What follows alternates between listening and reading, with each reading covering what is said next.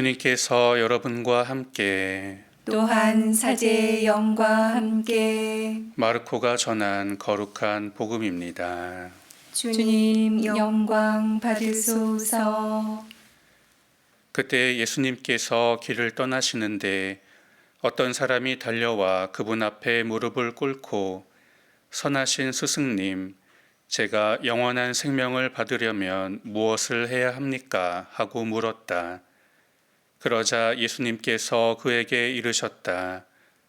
어찌하여 나를 선하다고 하느냐? 하느님 한 분 외에는 아무도 선하지 않다. 너는 계명들을 알고 있지 않느냐? 살인해서는 안 된다. 간음해서는 안 된다. 도둑질해서는 안 된다. 거짓 증언을 해서는 안 된다. 횡령해서는 안 된다. 아버지와 어머니를 공경하여라. 그가 예수님께 스승님, 그런 것들은 제가 어려서부터 다 지켜왔습니다 하고 대답하였다. 예수님께서는 그를 사랑스럽게 바라보시며 이르셨다. 너에게 부족한 것이 하나 있다. 가서 가진 것을 팔아 가난한 이들에게 주어라. 그러면 내가 하늘에서 보물을 차지하게 될 것이다. 그리고 와서 나를 따라라. 그러나 그는 이 말씀 때문에 울상이 되어 슬퍼하며 떠나갔다. 그가 많은 재물을 가지고 있었기 때문이다. 예수님께서 주위를 둘러보시며 제자들에게 말씀하셨다.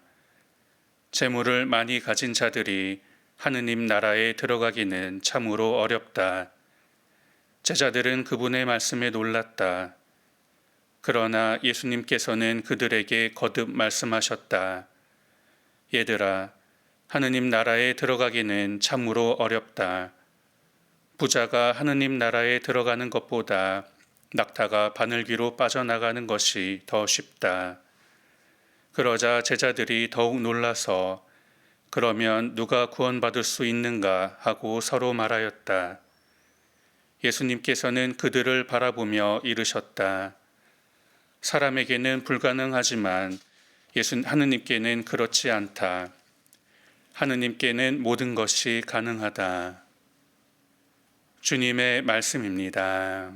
그리스도님 찬미합니다. 네, 연중 8주간 월요일입니다. 요즘 SNS 활동 많이들 하시죠. 그것들의 어떤 순기능도 있지만 나와 다른 화려한 삶을 살거나 행복한 일상을 보내고 있는 듯한 사람들의 모습에서 상대적으로 내가 작고 초라해 보일 때도 있습니다. 많은 사람이 자신을 어필하기 위해 또는 인정받고 싶어서 자기 과시적인 글들을 올리기도 하죠. 유명한 카페 가서 인증샷을 찍는다든지 인생 맛집과 같은 해시태그를 달기도 하죠. 청년층은 다른 사람들이 나만 빼고 행복해 보이기 때문에 자존감이 떨어진다는 말도 합니다.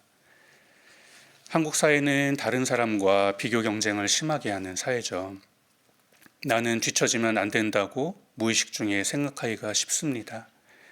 그래서 남보다 조금이라도 부족한 것 같으면 자존감이 떨어지게 되고 남보다 조금만 더 잘하는 것 같으면 우쭐해지기가 쉽죠. 오죽하면 예전에 등골 브레이커라는 그런 말도 있었죠.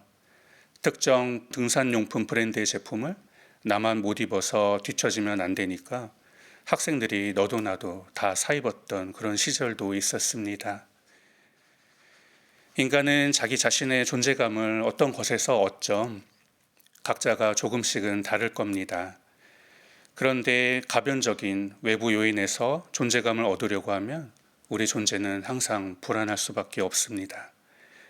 그럼에도 자꾸 자신의 욕구 그리고 남과 비교하는 사회 문화에 끌려다니면서 우리 존재감을 외적인 것에서 채우려고 우리는 애쓰기도 하죠. 그래서 어떤 직위 하나만 갖게 되더라도 그것을 자기 자신과 동일시하기 쉽습니다. 자신에게 주어지는 어떤 힘이나 또는 권력을 남용하는 이유가 여기에 있죠. 나에게 맡겨진 힘 자체를 자기 자신이라고 착각하다 보니까 자기 자신보다 밑에 있다고 여기는 사람이 자신의 말을 듣지 않으면 쉽게 화를 내고 통제하려고도 합니다. 특히 한국은 호칭 문화죠. 그래서 직함이 곧 자기 자신이라고 착각하기도 합니다. 우리는 알게 모르게 나를 지키기 위해서 무언가에 이렇게 얽매여 있습니다.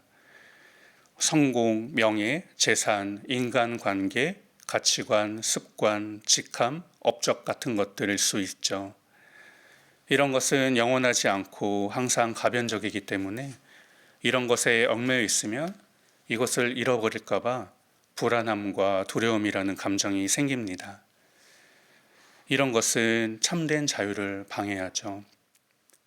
우리가 누리고 있는 모든 것은 하느님께서 허락하신 것이죠.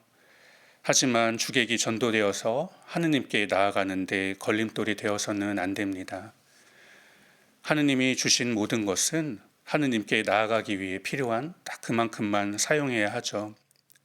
내가 가지고 있는 것을 나 자신과 동일시 여기거나 그것을 더 우선시 여기면 안 됩니다. 그렇지 않으면 우리가 바라보는 게 하느님이 아니라 다른 것이 되죠.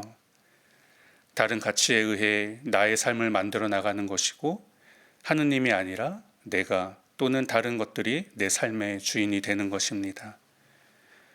우리는 내적으로 자유로워질수록 하느님께서 나를 있는 그대로 사랑하신다는 것을 더 깊이 체험할 수 있습니다.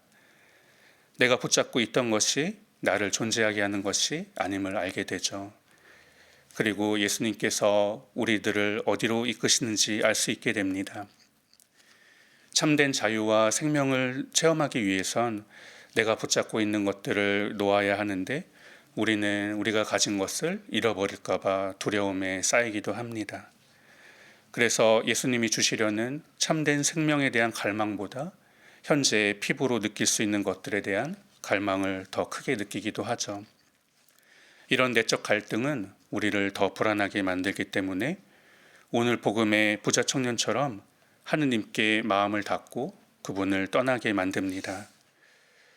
예수님께서는 우리가 얽매여 있는 것으로부터 벗어나 내적으로 자유로워지라고 초대하십니다.